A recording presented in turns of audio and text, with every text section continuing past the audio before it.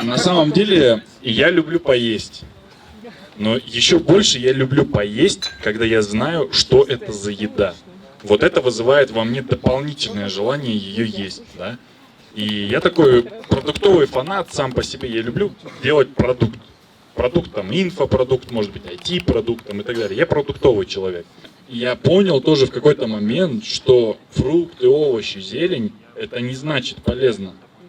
Вопрос, как они вообще были произведены, где они были выращены, чем они там были напичканы и так далее. То есть мы берем яблоко номер 1 и яблоко номер 2. И одно может быть абсолютно вредным, другое абсолютно полезным. Хотя это будет один и тот же сорт, но выращенный в разных условиях, при разных добавках, в разных климатических условиях, почва, грунт, то есть много разных компонентов. И у меня всегда восхищали два типа людей. Первый тип – это те, кто любят готовить еду. Вот они любят кормить и готовить. Это какие-то святые люди, у них отдельное место в раю, оно у них забронировано, у них все грехи им прощены просто. И есть другие люди, которые умеют производить качественные продукты питания. И вот качественный продукт питания для меня это продукт, которым ты бы хотел кормить своих детей, своих родителей, свою родню, человека, который тебе дорог больше всего. Вот такие продукты в идеале хотелось бы есть. И вот однажды там в году 17-м, еще на тот момент мой ученик там, или уже выпускник Владимир, я помню, я в Питере был, он приходит, как-то мы с ним договорились встретиться, он приходит, приносит шоколад, ложит на стол, я ем шоколад, такой, ну нифига себе, прикольно. Вот.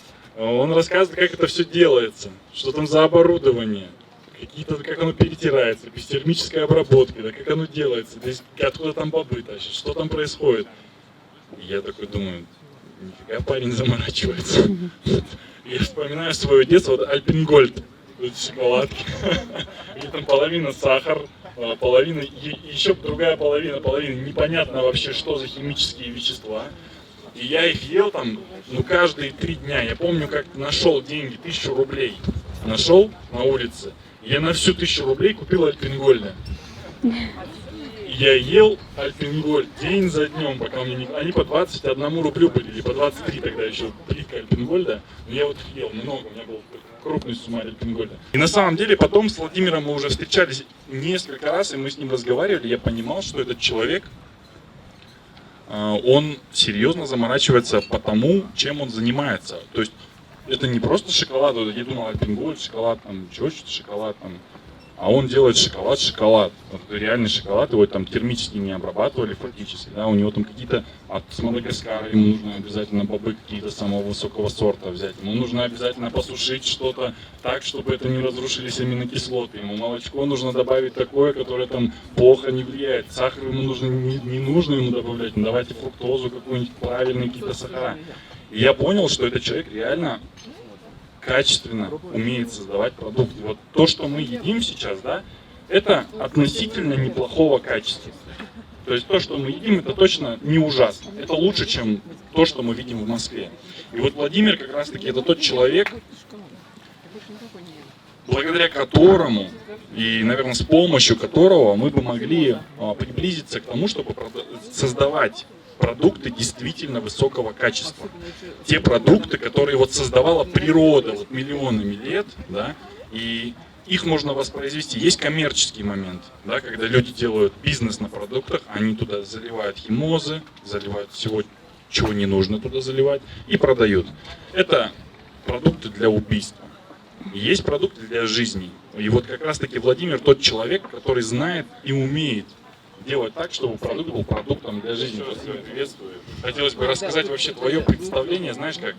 Твое представление, что такое хороший продукт питания, да? И то, как это можно делать. Потому что мы много сейчас говорили с докторами, с медиками там, и так далее. Вот Артем очень хорошо сказал, что ЖКТ это фактически вход и выход, да? И все, что между, это просто жизнь, да? Это просто свидание. И на самом деле, вот мы то, что мы едим. Есть очень хорошее еще у Димы Лапшанова изречение. Мы не то, что мы едим, мы то, что мы усваиваем. Да? Это очень глубокое выражение.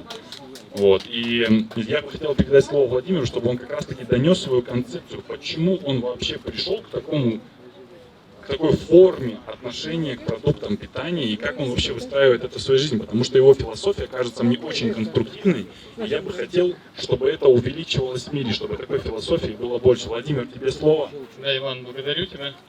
Вообще благодарю всех, вот, очень классное окружение, мы здесь собрались, очень сильно, прям кайфово находиться, благодарю всех. И я хочу задать первый вопрос. Вот здесь стояли сахарницы с белым сахаром. Вот все же знают, что белый сахар вредно. Поднимите руку, кто это знает, наверное, да? Все.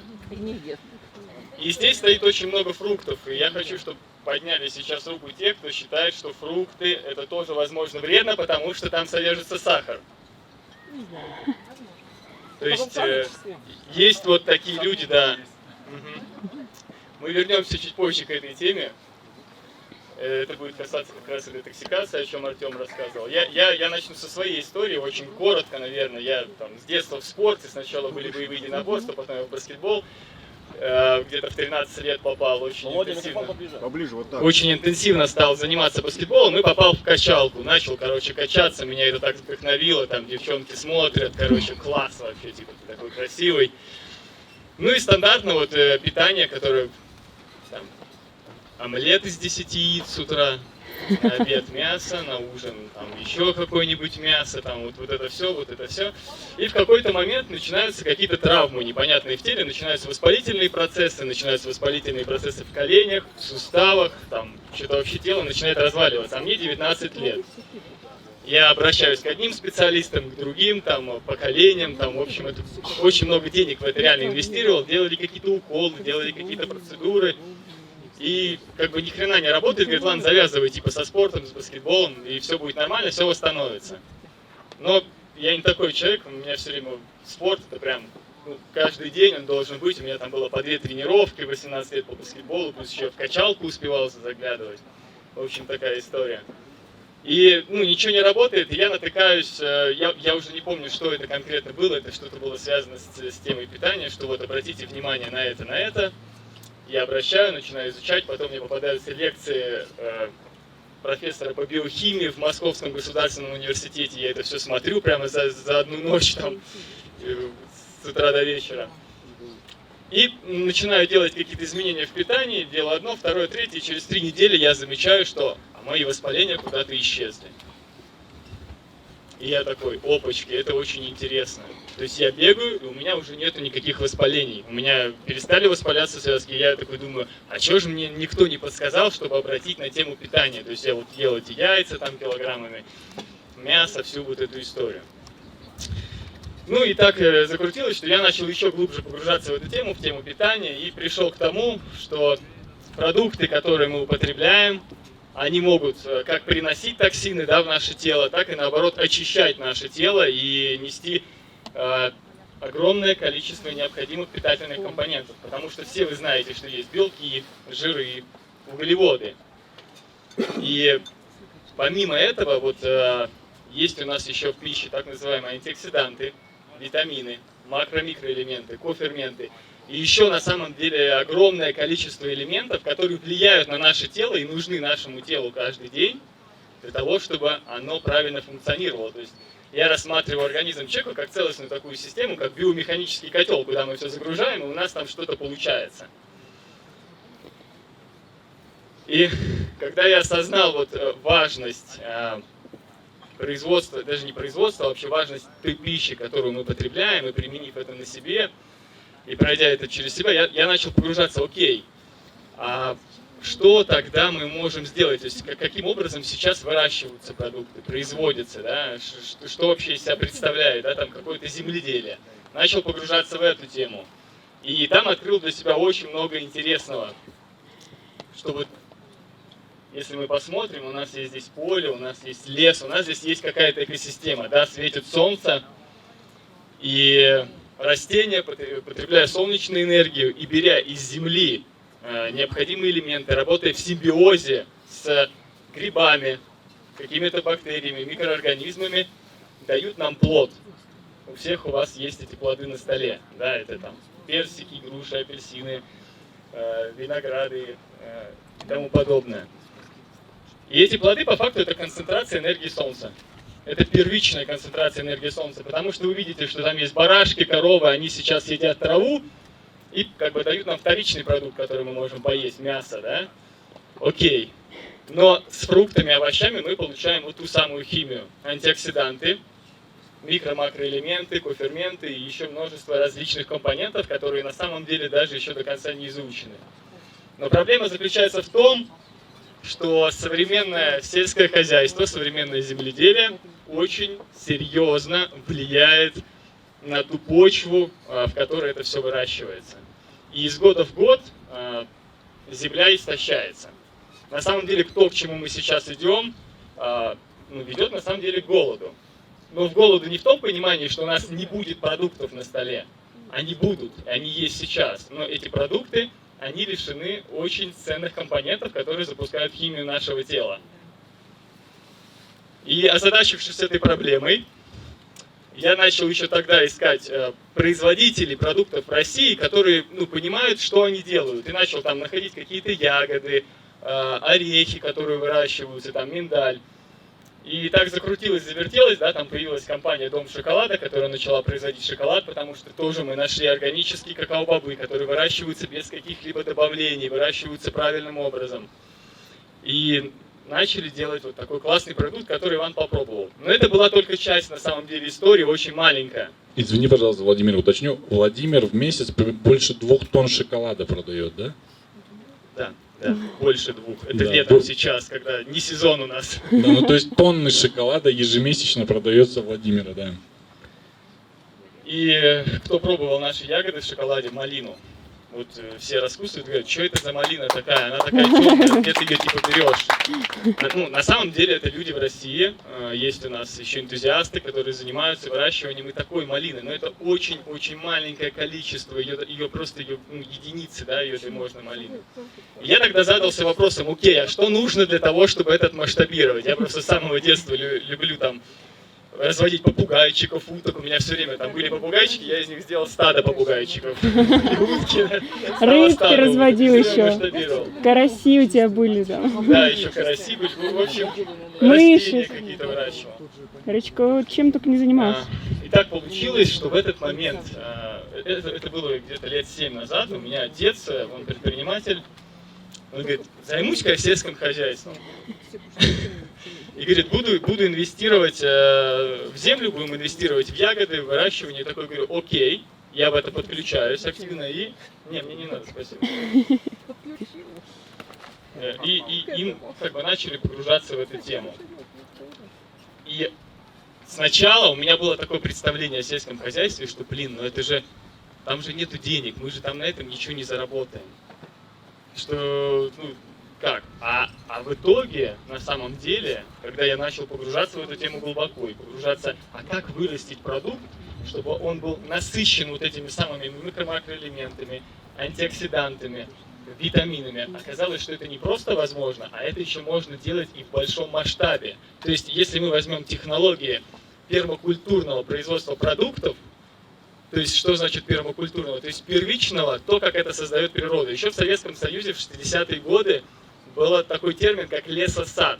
То есть, когда земля делилась на части, высаживались, вот здесь мы видим в Киргизстане это тополя, в северных регионах это высаживались сосны, которые перегораживают ветер, создавая по факту парниковые условия в естественной среде. По периметру высаживается лес. И мы тем самым создаем первичные условия, как предполагала природа выращивания этих продуктов. Не то, как это придумал человек сейчас. Мы сейчас пройдемся бороздой, перевернем всю землю, а в земле у нас что? У нас микрофлора, у нас там черви, у нас там грибы, у нас там все. Мы это переворачиваем, выкладываем на солнце. Солнце светит, все погибает. После этого человек сейчас сажает туда какие-то плодовые, какие-то ягодные, и в итоге земля истощена, в ней нету ничего. Приходится вносить что? Удобрения.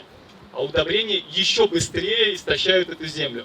И получается то, что мы если бы здесь были реально крутые фрукты, их бы не было бы на столе на самом деле. Потому что один раз мы бы попробовали персик, который бы действительно был вот так вот, наполнен макро. Если кто был вот в Индонезии, я не знаю, или в Таиланде, иногда бывают манго, органик выращенный, ты его можешь съесть просто 4-5 штук, ты не можешь остановиться.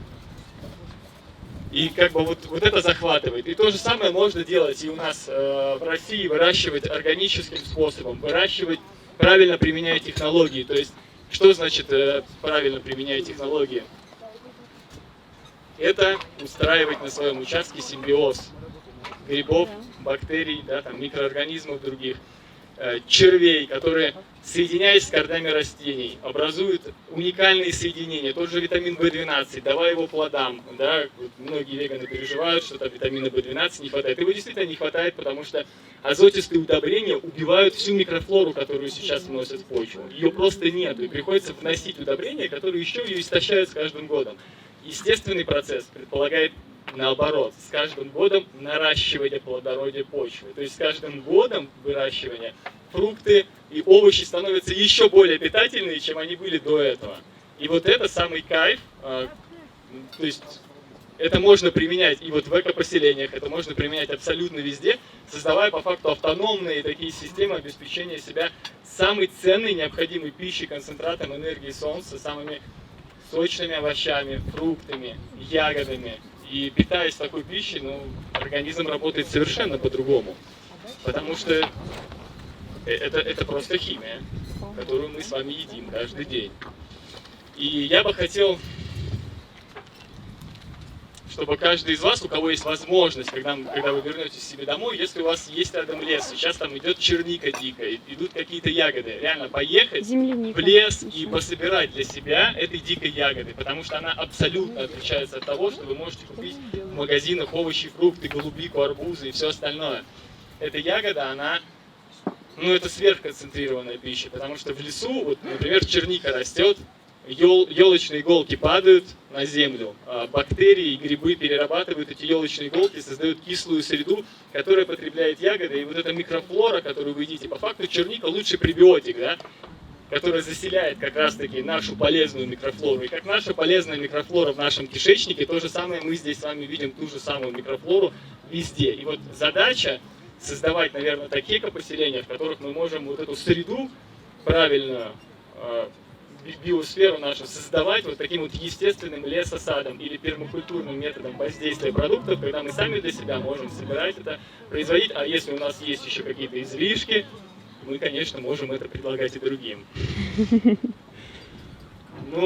Как-то так. Если у вас есть какие-то вопросы касательно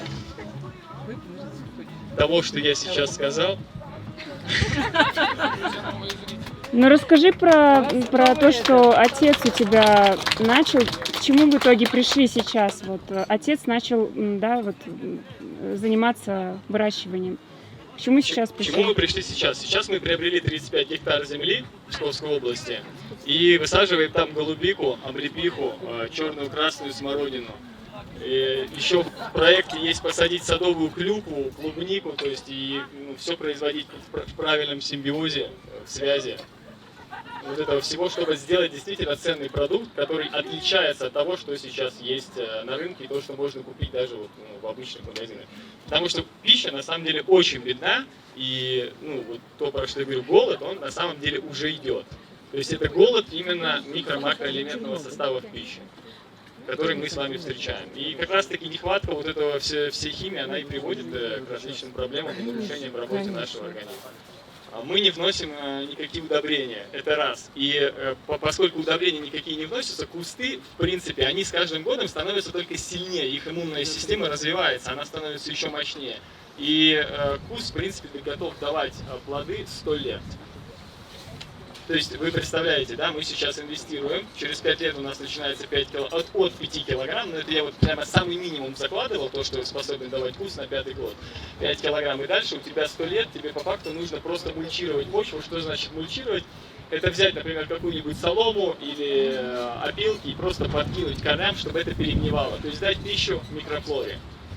Той же самой микрофлоре, которая в нашем кишечнике питается клетчаткой. Да? Почему важно есть овощи, фрукты? Потому что там клетчатка, которая кормит нашу микрофлору. Абсолютно бесполезно засаживать микрофлору кишечника всякими добавками, если мы не подвозим ее еду, а она питается клетчаткой. То есть она потребляет клетчатку и размножается. Это то же самое, что высадить десант в тыл врага и патроны не подвозить. Его перебьют рано или поздно. Такая аналогия. культуры, используемые в этом методе, они самые обыкновенные или тоже какие-то специальные? Семена где брать? В магазине, сад и огород?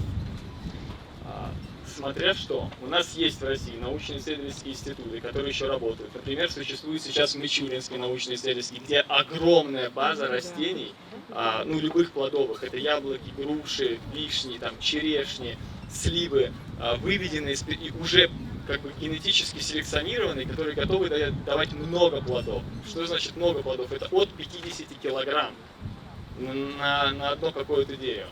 И ну, можно прямо создавать огромные сады, которые будут давать такую продукцию, но она еще будет очень ценная для человека. А не просто пустая, как это сейчас происходит. Вот сейчас реально, где мы можем взять это для себя, это лес. Вот это черника, которая черника, клюква, брусника. И по факту все, что просто выращено коммерческим способом, оно очень бедно. Очень бедно на макро-микроэлементы. И это большая реально проблема. Владимир, тебе огромное спасибо. Вот я бы хотел добавить отдельно, что вот то, что делает Владимир, мне бы хотелось есть. Да? Вот. И я очень надеюсь, что у нас получится в сотрудничестве создавать вот такие единицы правильного взращивания продуктов питания, и что мы бы смогли это масштабировать, потому что сегодня я вижу, что у нас уже сформированный серьезный дефицит качественных продуктов питания, колоссальный дефицит. И мне бы хотелось этот дефицит как минимум на узкий круг для участников ДАО, этот дефицит покрывать. И, конечно, на внешний рынок это как бизнес-модель интересно, потому что я столкнулся с тем, что за качество готовы платить любые деньги. Оно мало значимо, какая там цена. Если это что-то качественное, что-то вкусное, что-то натуральное, неважно, найдется всегда человек, который скажет: уберите ценник, просто положите сюда. Unbelievable quality. Совершенно верно. Благодарю. Тебе спасибо большое, Владимир.